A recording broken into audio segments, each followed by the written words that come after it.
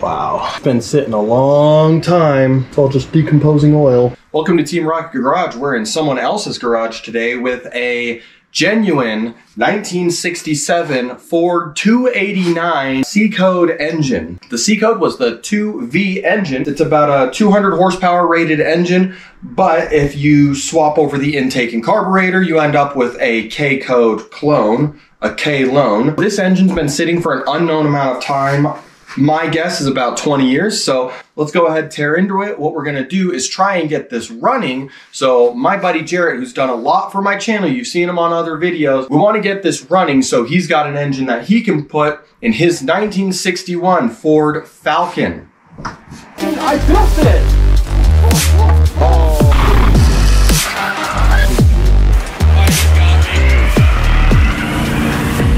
Hit the subscribe button!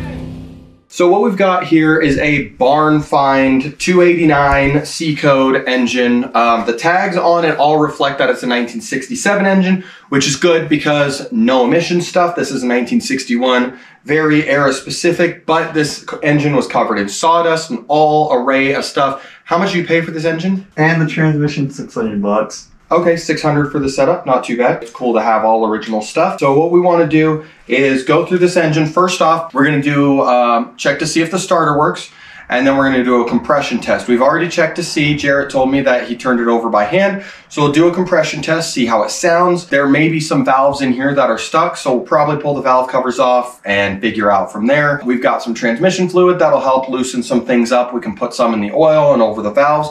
That'll help kind of loosen things up. The engine already turned, so that's good, but the valves might be stuck, which can cause compression issues and all kinds of stuff. It's typical with an engine that's sat for as long as this one probably has. Did the lady say how long it had been there, do you know? No. It was her dad's garage, and he passed away. He told her one time that he wanted to put this into a 67 Ford Mustang Fastback. Okay, and then how long ago did he pass away? I don't know. Wow. Okay, so first off, let's get this kind of off the ground here. We're gonna lift it up, and then we're gonna figure out how to crank it with the battery. We don't have any battery terminals, but I'm sure we got vice grips somewhere and we can make some stuff work. So we've got a few things here. We've got some electrical stuff and an ignition coil. This is an MSD blaster I just had sitting in my basement. We've got a battery because we're gonna need some power. We've got a vacuum gauge. That'll give us a little bit of an idea of what the valves are doing, even though they might not be working totally correctly at first. We've got a compression tester, so we can check the compression of the cylinders. We should see well over 100, maybe even close to 150 if it's healthy. We've got some new spark plug cables. The cables on this are pretty wretched, so those are left over from our Martha project. And then we've got some spare wires so we can actually hook up our ignition coil. We don't have a distributor here. We might have to go to AutoZone to grab a distributor if everything else looks good. The distributor for an engine this old is actually really, really simple, so we'll be able to make it work pretty easy. We've got some wires here that we can use to get the battery and starter working, and then a multimeter. And then of course I just brought this just because we're probably not changing spark plugs today. We'll probably pull them. We're just, you know, doing what we can on the cheap. We'll clean them up a little bit and try to get this bad girl firing off. So we're putting the positive wire on the starter here. A lot of these Ford starters from like the 5.0, 289, the 4.6 and all that, they have an external solenoid. So if we just connect this to a battery, it's just gonna crank this starter as if the key's going because there's nothing to switch it. There's a lot of things about this engine that give me like the impression that somebody like cared about it. This tag right here actually decodes the engine itself. So if the engine's ever been taken apart too much, this tag is usually missing. 289 C-Code engine, 1967, and then the 6H implies that it's the 2-valve motor. So does the C-Code. The 236A just confirms all of this information. So on the back of the engine, there's a vacuum tree. So we're just gonna take this vacuum gauge, we're gonna plug it in here. It'll give us some idea of what the valves are doing. It's not gonna do a whole ton right off the bat, but if it fires off, we can look at this pretty quick and easy and see if it's holding a consistent needle, if it's holding good vacuum, bad vacuum, whatever. Not gonna be the most accurate thing, but it's good information to have at least, so we have some idea of what's happening. Oh, that thing's on tight.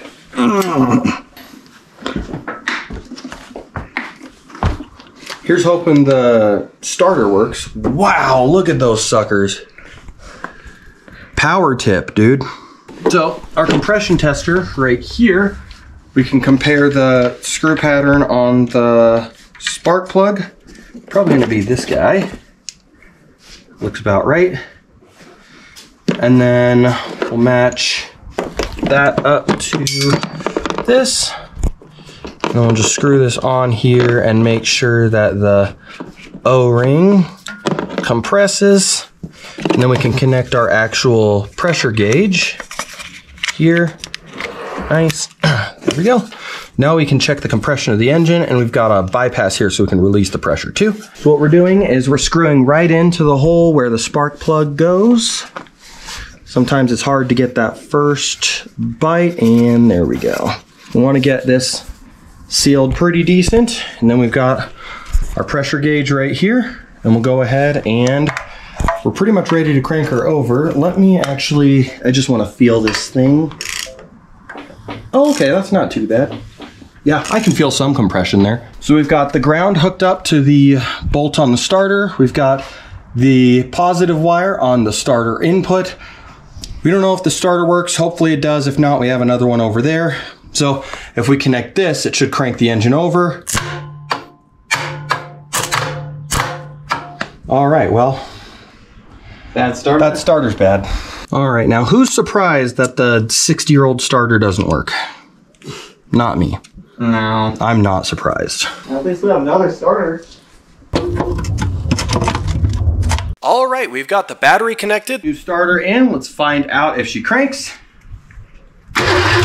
All right, cool. I hear compression. You can hear that wah, wah, wah, wah, wah, wah. In an old engine or something that's got low or no compression, it's just been wah, wah, wah, wah. So now we're gonna watch for compression.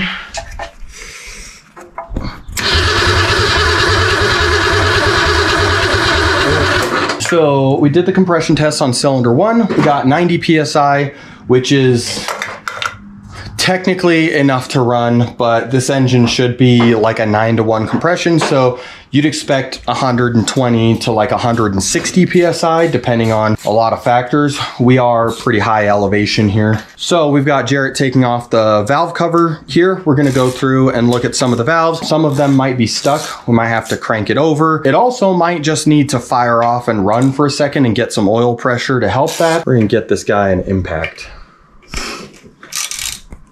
That would actually be quite nice. While he's doing this, I'm gonna show you guys something. Look at this. A Sears oil filter on this bad girl. It's pretty beat up. When did they have Sears oil filters? So we're gonna just pour a little transmission fluid just across these valves. Just get it all the way through. Clean things up and break them loose. All right, so if we do this, we're gonna watch for compression. This is on cylinder 2, just for our own records. All right, 90, so we're right and consistent. So this being able to compress like this, that means that the lifter is collapsed. So these lifters actually pump up with oil pressure, which means that these valves aren't opening and closing all the way, which is going to affect our compression reading. So what we need to do is get this thing running. However, we do have consistent pressure between the 2 cylinders, and that's enough for me to think that we need to go get a distributor for this bad girl and make her fire.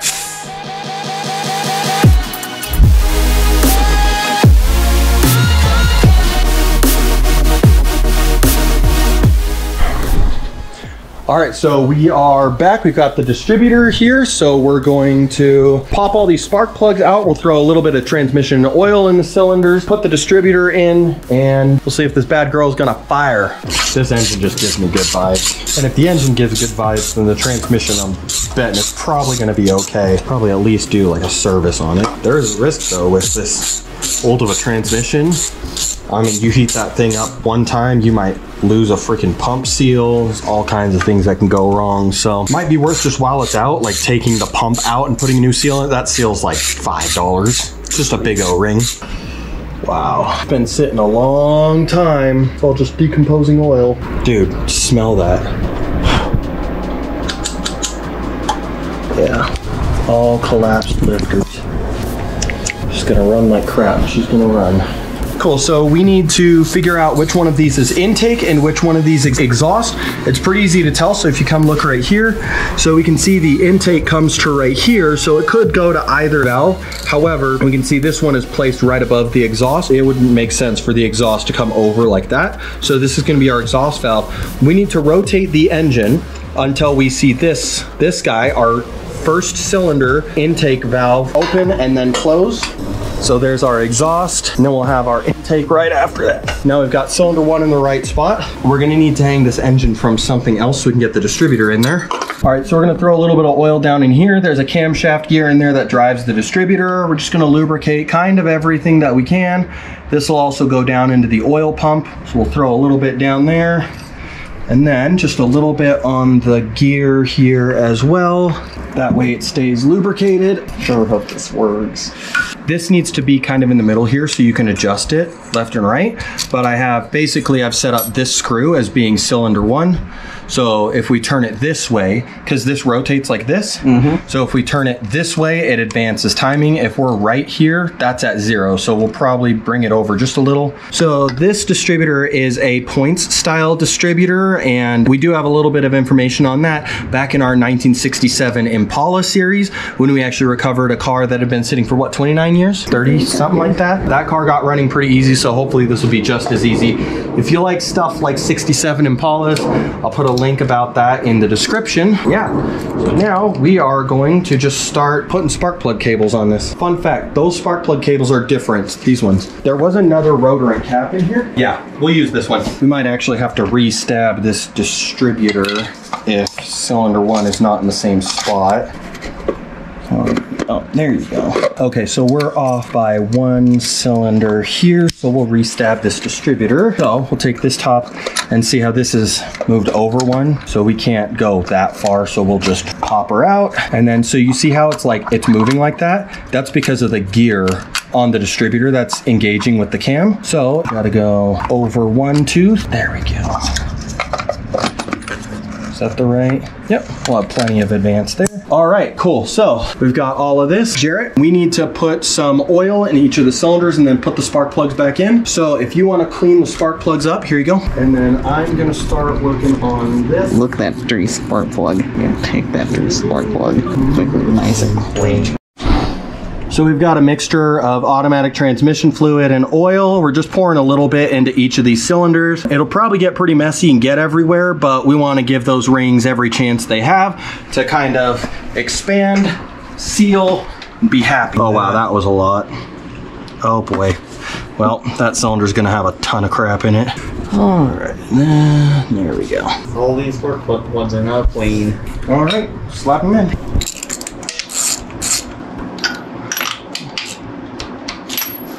And then it's not a good idea to start an engine without the valve covers off. It might get messy, but we want to know if all of these are oiling, because you could have a push rod that's clogged and then it just wouldn't oil that valve, and then, you know, bad times. I just like the old dipstick that it has right here. All right, Jarrett, do me a favor, hold this over that spark plug hole, and then we'll just crank it. All right, cool. So we got a little more compression now. This thing's coming around. We've got some good news here. So we're going to start putting spark plug cables on this. All right, firing order is 1, 5. We're checking for spark, and once this battery is on, then we should be able to crank it. We gotta connect this wire, which will drive the coil, which will run the spark through the distributor. And it should be just about that simple. All right, so Jarrett, yeah, you gotta hold that so it's touching a ground. So I'm gonna- So like the exhaust? Yeah, so I'm gonna crank it, and then you're gonna watch and see if that spark plug is sparking. Deal? All right. Yeah, nothing. All right. We should figure out a better way for this to go on here. So that should be charged.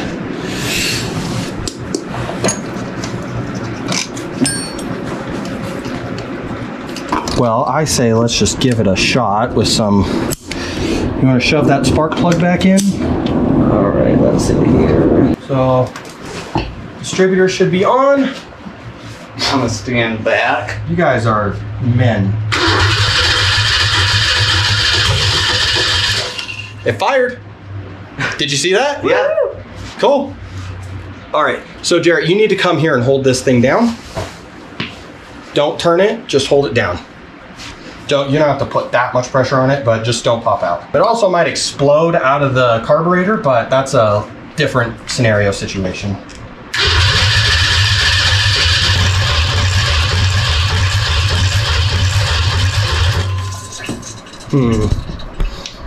All right. It did fire for a second.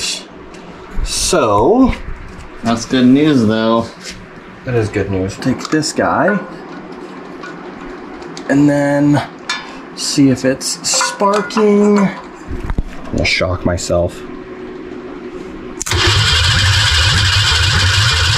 Nope, no spark. I'm thinking that we're off, but I mean, if it's not sparking, it's not sparking. Yeah. I wonder if this is a bad coil. AutoZone again. Again. Part 2. Yeah, we need a ignition coil. Oh, let's see if she'll do anything, huh?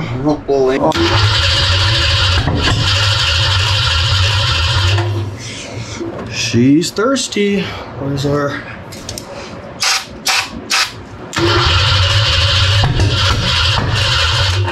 That's a runner. She's gonna take a second to get going, but...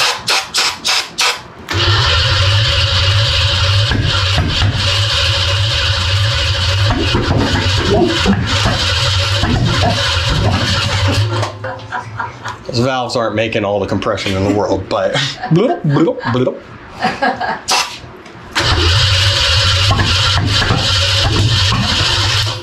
All right, let's see if we can track down some timing marks here, huh? Does it say 010 on there? Yeah, there's like a mark right here. Oh, that's cool. Okay, cool. So we can get this timed out.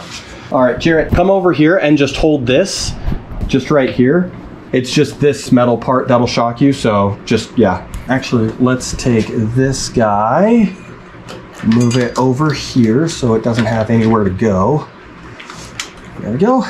And so yeah, this is adjusting the timing, but we need to keep this down. So see how it's like way down in there? Mm-hmm. All right, here we go.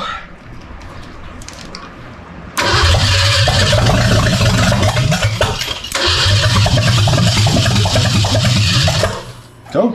All right, go ahead.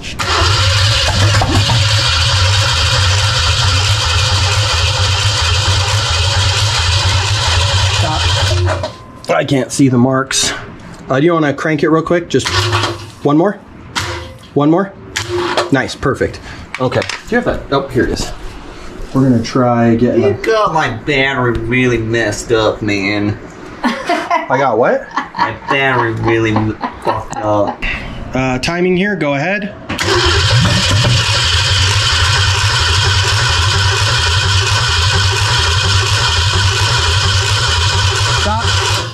All right, so we're off by a tooth here, but pretty much we want this all the way over like that.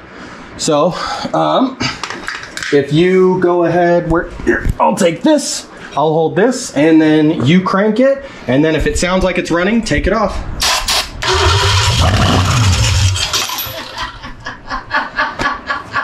That's pretty hot. That's a runner. We got a runner. It did fall down a little bit, just a tiny bit there.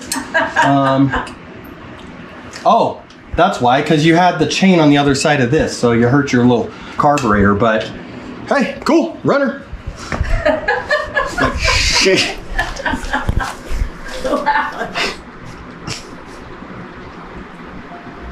How do you feel, man?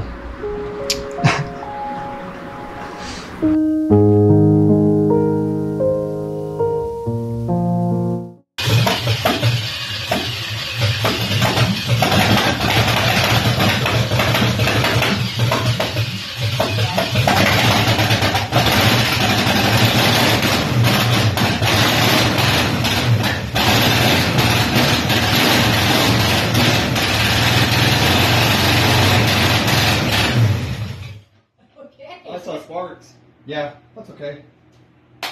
Woo! Cool. That is cool. Cool. Well, that was pretty easy. We got ourselves a running 289. At the end of this video, I'm just gonna put a couple clips of how to wire the distributor, how to set up your firing order. It'll be a couple different images. That way you can just screenshot it on your phone. You have it for later. We're gonna pack up our tools, let Jarrett just sit here and, you know, do whatever he wants with or to this engine. Tailpipes are hot, so, you know, take advantage. And yeah, if you like this kind of stuff, hit the subscribe button below and comment what you would put a K-Code 289 in, if not this 1961 Ford Falcon. Thanks again for watching.